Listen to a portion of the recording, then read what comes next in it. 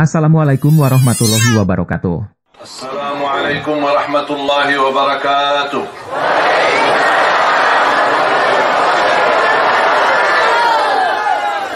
Apa kabar semuanya?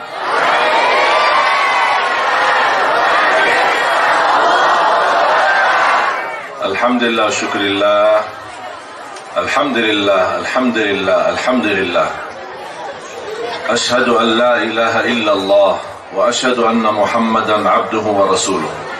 Allahumma salli wa sallim wa barik ala sayyidina Muhammadin wa ala alihi wa sahbihi wa man tabi'ahum bi ihsanin ila yaumiddin.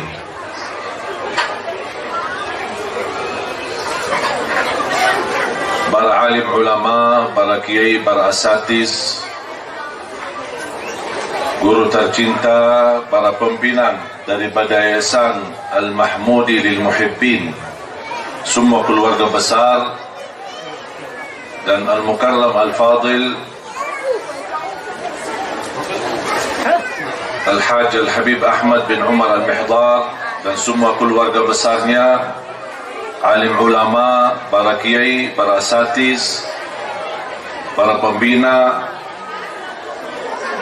yang saya cintai, Panser yang memberikan luar biasa pengawalan, semoga dibalas oleh Allah kebaikannya. Terima kasih TNI, terima kasih aparat polisi, semoga semua yang hadir InsyaAllah diberikan kemuliaan oleh Allah dunia dan akhirat. Bapak Ibu jamaah sekalian, alhamdulillah sudah bisa sampai di sini. Biasanya kalau di jadwal kegiatan safari dakwah, saya selalu berpesan sama tim, jangan suka milih-milih tempat. Siapa yang undang kita selama masih bisa di-ACC-kan, tolong diterima. Jangan dipandangi, kan tempatnya kok gini kecil, tempatnya kok begini, tempatnya kok sederhana. Ya memang kita semua orang sederhana. Dari tanah kembali ke tanah. Buat apa? Saya tidak pernah meminta sama tim. Ini juga ketua tim Ustaz Utomo yang mendampingi program safari dakwah dimanapun kita berada, dan selalu saya berpesan, apapun permintaan dari jamaah kita usahakan insyaallah yang terbaik untuk jamaah. Tempatnya seperti apa, tidak apa-apa. Mau musalla boleh, mau masjid boleh, mau masjid raya, masjid agung boleh. Mau jumlah yang datang 10.000 orang boleh, yang datang pun 1 orang boleh, tidak masalah. Tujuan kita kan silaturahim. Masa kalau mau silaturahim harus tahu berapa orang yang datang? Kalau 11.000 saya tidak mau, harus 12.000.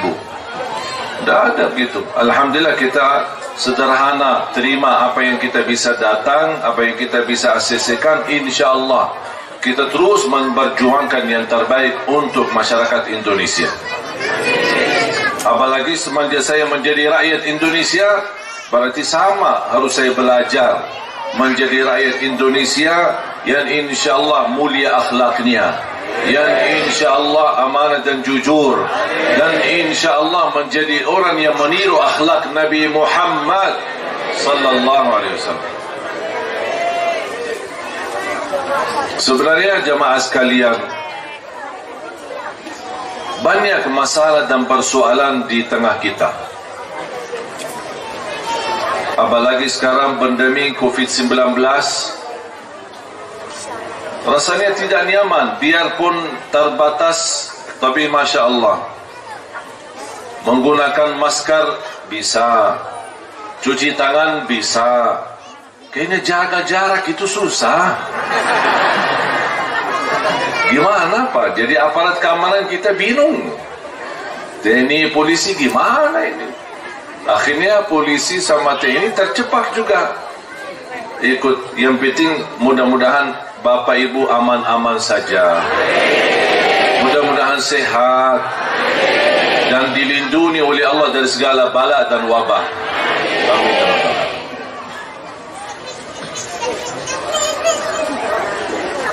Kita menghadapi tantangan persoalan ekonomi, persoalan politik di negeri kita, persoalan keadilan sosial, dan berbagai macam persoalan. Tapi menurut saya, persoalan yang terbesar yang masih kita belum memperhatikan adalah krisis akhlak. Menurut saya persoalan di negeri kita bukan masalah pemerintah, bukan persoalan undang-undang, bukan persoalan apa yang diterapkan, bukan persoalan DPR, tapi persoalan kita belum bisa membawa akhlak Nabi Muhammad sallallahu alaihi wasallam. Setahu saya, salah satu di Indonesia menjadi negara terbesar sedunia penduduk Islam. Orang pendahulu kita, ulama-ulama dari Yaman, para wali-wali yang datang dari Yaman, dari Hadramaut, mereka waktu itu tidak bisa bahasa Indonesia, tapi mereka membawa akhlak Nabi Muhammad sallallahu alaihi wasallam. Makanya tertarik masyarakat Indonesia di masa itu dengan berbagai budaya, berbagai suku, berbagai agama, Hindu, Buddha dan lain sebagainya. Mereka begitu luar biasa melihat akhlaknya Islam melalui para habaib, para ulama, para kiai yang terdahulu, membuat mereka tertutup hatinya dan ikut bersama-sama Islam. Sedikit demi sedikit kehilangan akhlak itu. Dan Allah menjaminkan satu negeri makmur karena ketinggian dan kemuliaan akhlak. Dan Allah janji kehancuran satu negeri kalau kerusakan akhlak. Akhlak di antara kita yang harus kita jaga. Kita harus menjaga kebersatuan dan kebersamaan. Salah satu akhlak adalah keadilan. Makanya kalau kita harap Allah anugerahkan kepada kita mendapatkan pemimpin yang adil, amanah dan jujur, mohon maaf, kita harus juga berlaku adil. Allah tidak mungkin mendatangkan seorang yang bukan dari kita. Pemimpin, mohon maaf, pemimpin kita dari mana? Dari langit turun? Turun dari langit? Atau dari kita? Dari kita, masyarakat Indonesia. Tapi coba bayangkan, bagaimana kita berharap mendapatkan pemimpin yang adil. Mohon maaf, kita aja dalam kehidupan kita tidak adil. Bagaimana kita mengharapkan dapat pemimpin yang amanah, kita aja tidak amanah. Bagaimana kita ingin dapat pemimpin yang jujur, mohon maaf, di antara kita tidak jujur. Saling adu domba, saling fitnah, saling mencari celah kawannya, sahabatnya. Banyak orang putus silaturahim gara-gara urusan harta, urusan warisan. Banyak pemuda-pemudi tidak salat subuh. Bagaimana kita Allah anugerahkan banyak keberkahan negeri kita, sedangkan kita sama Allah aja masih belum beres. Dan teruji akhlak seorang ketika tertekan dengan ujian. Kalau dia duduk manis, itu bukan mulia akhlaknya. Tapi ketika tertekan dengan ujian, dicaci maki, dihina, difitnah, di berbagai macam ujian yang dia dapat, akan terlihat akhlaknya. Apakah dia sabar? Apakah dia mampu menahan marahan? Apakah dia mampu membalas dengan baik? Atau dia mau balas dendam?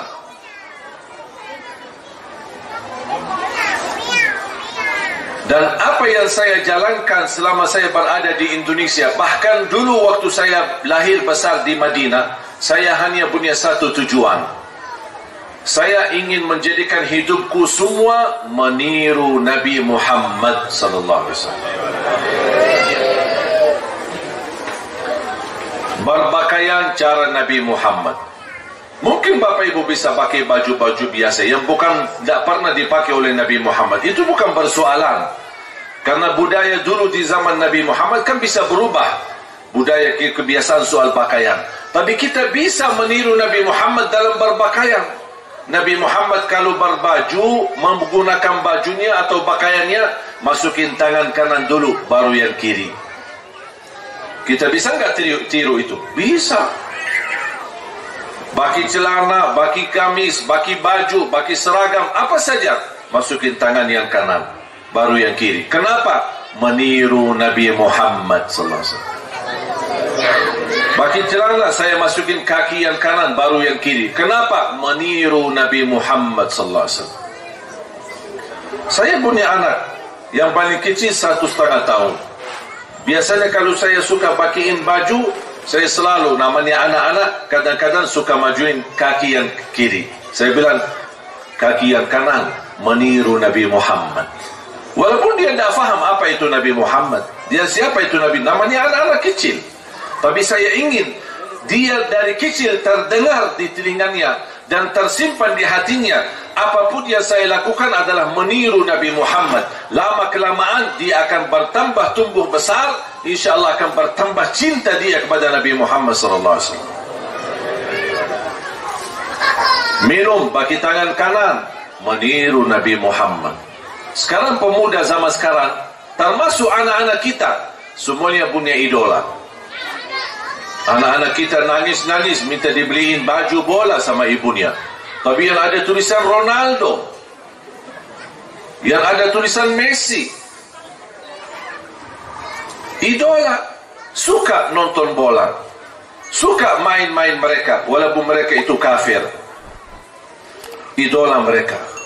Kalau idola saya Nabi Muhammad sallallahu alaihi wasallam. Figur saya Nabi Muhammad sallallahu alaihi wasallam. Teladan saya Nabi Muhammad sallallahu alaihi wasallam. Imam saya Nabi Muhammad sallallahu alaihi wasallam. Itu yang harus kita perjuangkan. Biasakan mereka, termasuk ketika anak-anak kita sering memperhatikan orang tua. Kalau ada anak mengambil sesuatu, namanya anak-anak, kita mau kasih permen atau mau kasih apa, kadang-kadang dia majuin tangan yang kiri, nunjukkan tangan yang kiri. Kita selalu bilang apa? Bilang apa kalau kita tegur? Mana tangan yang bagus? Mana tangan kanan? Mana tangan yang baik? Gitu kan? Bisa nggak dirubahkan kata itu mulai hari ini? Mana tangan yang dicintai Nabi Muhammad? Walaupun anak-anak tak faham apa itu Nabi Muhammad, tak apa-apa. Mana tangan yang dicintai Nabi Muhammad? Supaya dia dari kecil, saya minum pakai tangan kanan karena tiru Nabi Muhammad. Saya berpakaian boleh tangan kanan Nabi Muhammad. Saya masuk masjid majukan kaki yang kanan Nabi Muhammad. Keluar dari masjid, saya dahulukan kaki yang kiri Nabi Muhammad. Kalau saya tidur berbaring sebelah kanan Nabi Muhammad. Ketika saya mulai baca ayat Al-Kursi, meniru Nabi Muhammad. Itu yang perlu kita tanamkan dalam hati-hati kita. Jadi mohon maaf Bapak Ibu, yang saya percaya di masyarakat Indonesia sangat cinta Nabi Muhammad, dan saya yakin tidak diragukan. Buktinya apa? Kalau ada satu orang pun, siapapun dia, kalau berani caci maki Nabi Muhammad atau menghina Nabi Muhammad, atau dia berkata tidak baik terhadap Nabi Muhammad, saya yakin seluruh masyarakat akan hancurkan dan habiskan dia. Saya tahu itu. Tapi bukan itu yang saya minta. Bukan kita beraksi dan demo untuk membela siapapun. Tapi yang saya minta satu, sebelum kejadian apa-apa, kita harus membuktikan rasa cinta yang sudah tidak diragukan di tengah masyarakat Indonesia. Saya ingin dibuktikan rasa cinta itu melalui kebiasaan sehari-hari kita, meniru Nabi Muhammad. Tidak mau berbicara kotor, karena Nabi Muhammad tidak pernah berbicara kotor, apalagi kasar. Saya mampu menahan amarahan, karena Nabi Muhammad tidak pernah marah. Kapan Nabi Muhammad marah? Kalau terkait hal agama. Urusan Allah, Quran, pasti Nabi Muhammad marah. Tapi kalau urusan peribadi, tak pernah marah Nabi Muhammad. Dibilang gila, dibilang tukang sihir, dibilang tukang fitnah, dibilang caci maki macam-macam. Sampai isterinya difitnah. Bahkan ketika Nabi Muhammad sujud di hadapan Ka'bah, ada orang Quraisy datang bawa kotoran unta dan dia buang di atas kepala Nabi Muhammad. Coba saya tanya sekarang Bapak Ibu, seumur hidup Bapak Ibu sampai hari ini, apakah pernah enggak kita lagi salat di musalla, di masjid maupun di rumah, ada orang jahat datang membawa kotoran sapi dan dia buang di atas kepala kita? Pernah enggak terjadi? Kalau belum pernah, berarti kita belum diuji. Kalau Nabi Muhammad sudah, bahkan berkali-kali. Giginya di perang Uhud, luka kepalanya sambil berdarah. At-Taif, dia datang ketika Makkah sudah tidak terima dakwahnya. Dia pergi, barangkali keluarga At-Taif mau menerima dakwah la ilaha illallah. Dia sampai ke At-Taif, malah justru dibalas oleh At-Taif dengan melempar dengan batu. Seluruh tubuhnya kena batu sallallahu alaihi wasallam, berdarah sampai tidak bisa dibedakan warna bajunya dengan warna darahnya. Bahkan nengkel sandalnya Nabi Muhammad tidak bisa dilepas dari kakinya, saking nengkelnya, saking banyak darahnya sallallahu alaihi wasallam. Pernah enggak Bapak Ibu kita berdarah karena Islam? Belum apa-apa. Kita berdarah karena berantem, kita berdarah karena urusan dunia, kita berdarah karena tersinggung perasaan sama kawan kita, mengucapkan kata-kata yang menyakiti, tapi bukan karena agama. Ketika kemarin saya ditusuk, istri saya sampai kekhawatiran, nangis-nangis. Saya bilang, buat apa kamu nangis? Kalau saya mati, alhamdulillah mati dari lagi-lagi ceramah, lagi dakwah. Apa yang kita inginkan? Mati seperti apa? Mau mati lagi joget? Mau mati lagi nonton sinetron atau dangdut? Sebaik-baik mati husnul khatimah yang kita selama ini doa, ya Allah biha, ya Allah biha, ya Allah bi husnul khatimah. Ini husnul khatimah butuh perjuangan, bukan hanya sebuah doa dan permintaan. Kudu bukti kita betul mau husnul khatimah, maunya seperti apa. Dan selalu saya berpesan kepada jamaah, jangan takut mati, karena pasti bakal mati. Tapi harus kita berfikir, gimana cara baik kita mati, bagaimana menghadapi kematian dengan husnul khatimah. Makanya pas habis saya dirawat di rumah sakit, langsung dibawakan, habis selesai dijahit luka saya, dibawa ke hotel. Saya bilang, ngapain kau dibawa ke hotel? Kan masih ada 2 acara. Syekh, dah apa-apa, panitia sudah ikhlas, dah apa-apa, istirahat. Dah ada istirahat. Istirahatku nanti di surga, bukan di hotel. Dah ada. Lebih baik saya mati di jalan Allah untuk berdakwah daripada mati di hotel. Udah, saya langsung sambil ke hotel, ganti baju, saya turun. Masih lukanya baru masih basah. Saya turun dan alhamdulillah saya isi acara habis maghrib dan lanjut habis isya. Ini namanya jihad, perjuangan. Tapi jihad yang membawa akhlak yang mulia, bukan jihad yang menunjukkan kekerasan. Jihad itu bukan keras. Beda kata keras sama tegas. Beda sama rahmatan lil alamin. Kenapa saya begitu semangat untuk bekerja keras? Kenapa saya terdorong untuk selalu memperjuangkan Indonesia menjadi lebih baik? Saya tidak ada hubungan kemaslahatan dan kepentingan sama Bapak Ibu. Saya tidak ada urusan bisnis sama Bapak Ibu. Wallahi Allah Maha Saksi, saya datang tinggalkan makam Rasulullah di Madinah. Saya lahir besar di Madinah, tanah suci lebih mulia daripada Indonesia, mohon maaf. Tetapi saya tinggalkan semuanya buat apa? Coba fikirkan, buat apa? Masih banyak masyarakat Indonesia malah justru berkeinginan bisa ke tanah suci. Kalau bisa mati di sana, saking indahnya dan kenikmatan bisa beribadah, ziarah makam Nabi Muhammad berkali-kali. Berapa wali songo di sini? Berapa banyak para wali? Berapa banyak para ulama? Masih lebih mulia makam Nabi Muhammad. Biarpun 1000 wali di Indonesia, masih lebih mulia Nabi Muhammad sallallahu alaihi wasallam. Cuma saya tinggalkan semua itu. Saya memilih berhijrah dari Madinah ke Indonesia. Cuma saya punya satu tujuan. Indonesia menjadi mulia di mata Allah dan mulia di mata dunia. Indonesia menjadi masyarakat terhormat.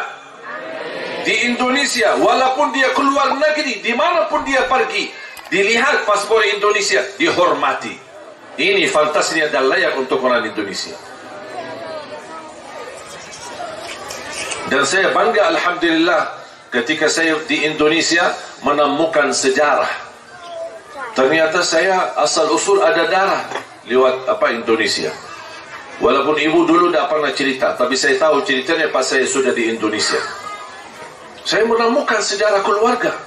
Ternyata dari jalur ibu saya, ayah ibu dan kakek ibu, dua-duanya kelahiran Lombok.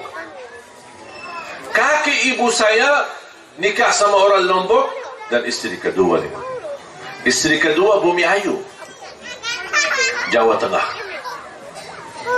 Bahkan beliau kakek ibu saya namanya Syekh Said Jabir mampu mempersatukan orang Sasak untuk melawan penjajah Belanda.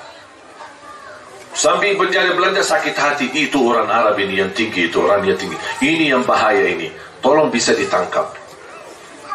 Sambil mereka sambat menangkap saya punya kakek, kemudian dibunuh, dan beliau punya makam besar di Ampenan. Dan subhanallah, berjalan waktu dan masa, kakek ibu saya dimakamkan di Ampenan. Anaknya, ayah ibu saya, dia berhijrah ke Arab, nikah di Arab, dapatlah ibu saya. Ibu saya pun nikah di Arab, dapatlah anak-anak. Alhamdulillah, adik-adik saya 12, timnas. Saya lahir di Madinah, kembali lagi, dan 3 anak saya semuanya lahir di Indonesia. Subhanallah, kembali lagi sejarah.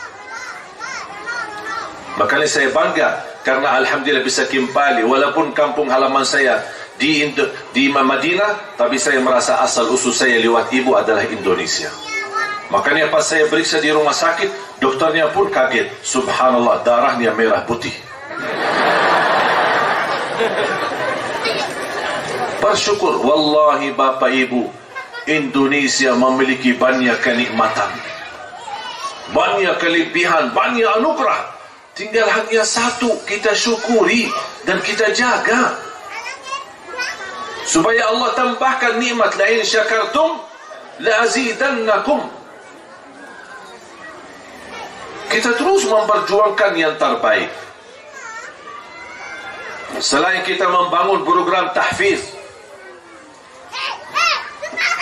program Al-Quran, dan insya Allah saya memperjuangkan dan selalu saya berdoa, ya Allah, aku mohon jangan cabut nyawa saya sampai menjadi kenyataan terlahir dan terwujud 1 juta penghafal Al-Quran untuk Indonesia.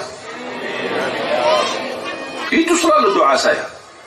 Apalagi habis ditusuk kemarin, saya tingkatkan lagi doanya. Ya Allah, jangan dulu, ya Allah, jangan, tak boleh mati, ya Allah, tak boleh. Jangan dulu, karena tugas belum selesai. Walaupun alhamdulillah sudah jalan, dan alhamdulillah sudah melahirkan dan mewujudkan ratusan para penghafal Al-Quran. Dan setiap orang di bawah binaan kami tamat hafal 30 juz, kami hadiahkan umrah dan kami kirim ke tanah suci. Tujuan saya sebenarnya bukan hanya umrah, tapi keinginan saya, semua orang yang kita kirim ke Madinah bisa sekalian setor hafalan Al-Quran di hadapan imam besar Masjidul Haram dan Masjid Nabawi. Karena saya ingin anak kita Indonesia, orang Indonesia sebagaimana diakui di tanah air, saya harap mereka juga diakui di tanah suci. Makanya saya minta tolong adik-adik saya rayu adik-adik saya dari 12 saya ingin mereka pindah ke Indonesia. Saya terus merayu mereka. Ayo Indonesia sini ajib. Masyarakat di sini luar biasa. Santun, sopan, luar biasa. Banyak kelebihan. Mohon maaf, ada kekurangan? Ada. Kita semua punya kekurangan. Tapi insya Allah saya selalu mempandangi masyarakat ini dengan mata positif. Dan selalu saya melihat banyak kelebihan. Dan insya Allah dengan kelebihan yang kita punya, mudah-mudahan insya Allah Allah ampuni semua kekurangan dan dosa-dosa kita.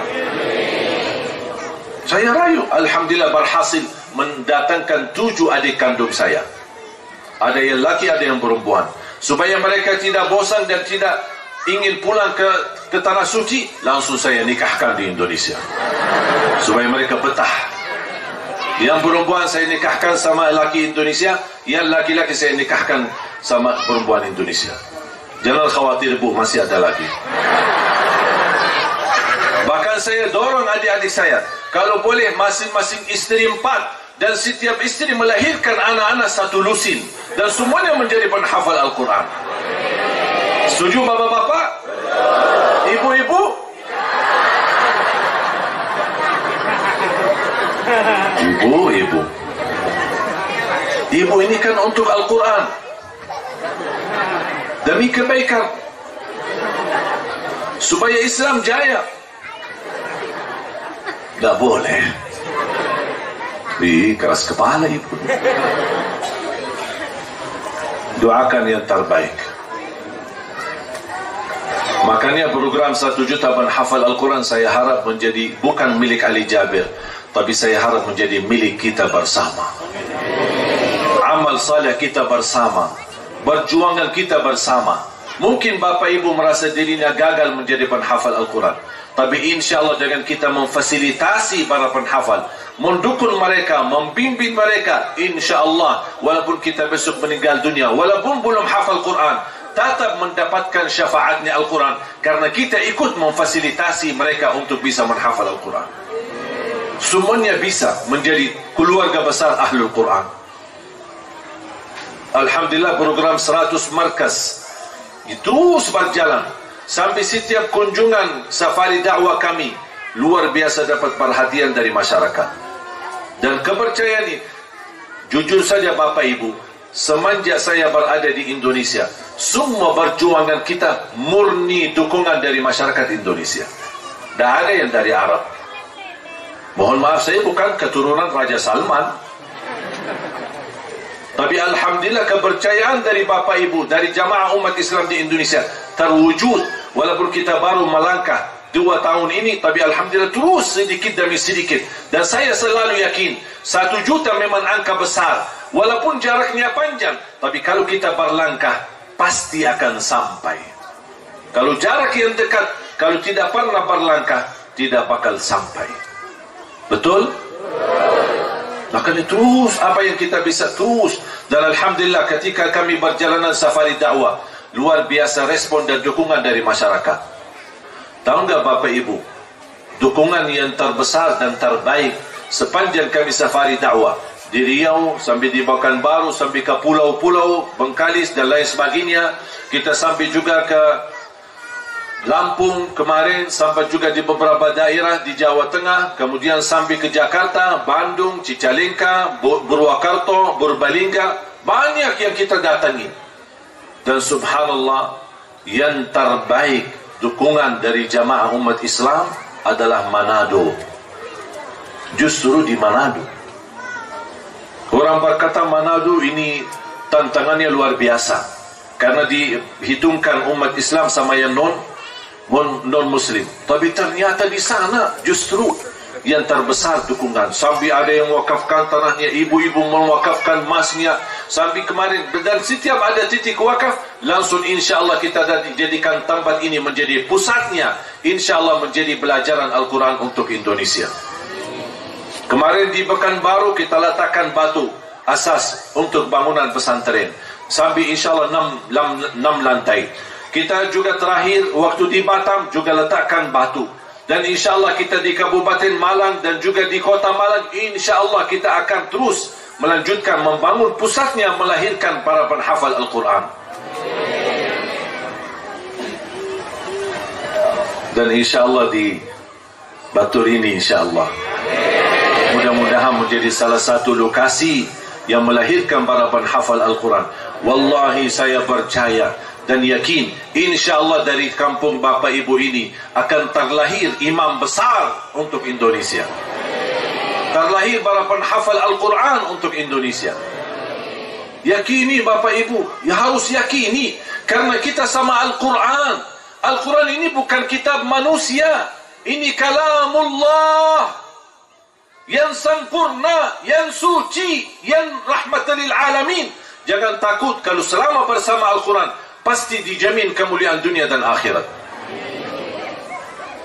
Kalamullah la ya'tihi al-batil min baini yadayhi wala min khalfi tanzilu min hakimin hamid. Kita harus semangat. Musuh Islam, musuh Al-Quran, orang munafik bekerja keras. Mereka bekerja keras, habiskan waktu, habiskan tenaga, habiskan pemikirannya, habiskan hartanya untuk menghancurkan Islam.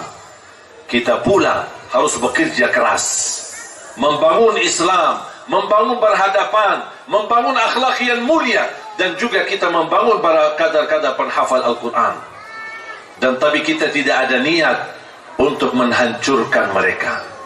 Kalau mereka musuh kita, punya niat menghancurkan Islam dan umat Islam, kita ingin kerja keras, menghabiskan tenaga, menghabiskan waktu, menghabiskan harta untuk Islam dan Al-Quran, tapi kita tidak punya tujuan untuk menghancurkan mereka, karena Islam kita rahmatan lil alamin.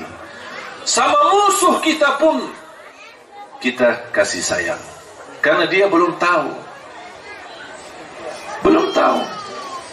Kalau dia tahu hakikatnya Islam, kemuliaan Nabi Muhammad dan kemuliaan akhlak, pasti dia akan patuhi Islam. Makanya selalu kita, orang niat buruk sama kita, kita tidak perlu balas niat buruk, tapi justru kita niat baik. Nabi Muhammad sampai dihancam, diajar, diusir, sahabatnya dibunuh, dia punya kesempatan untuk balas, tapi Nabi Muhammad justru memaafkan. Ini yang kita butuhkan, kebangkitan akhlak Nabi Muhammad dalam kehidupan kita. Semoga bermanfaat. Yang sudah subscribe, semoga diberikan kesehatan dan keberkahan. Wassalamualaikum warahmatullahi wabarakatuh.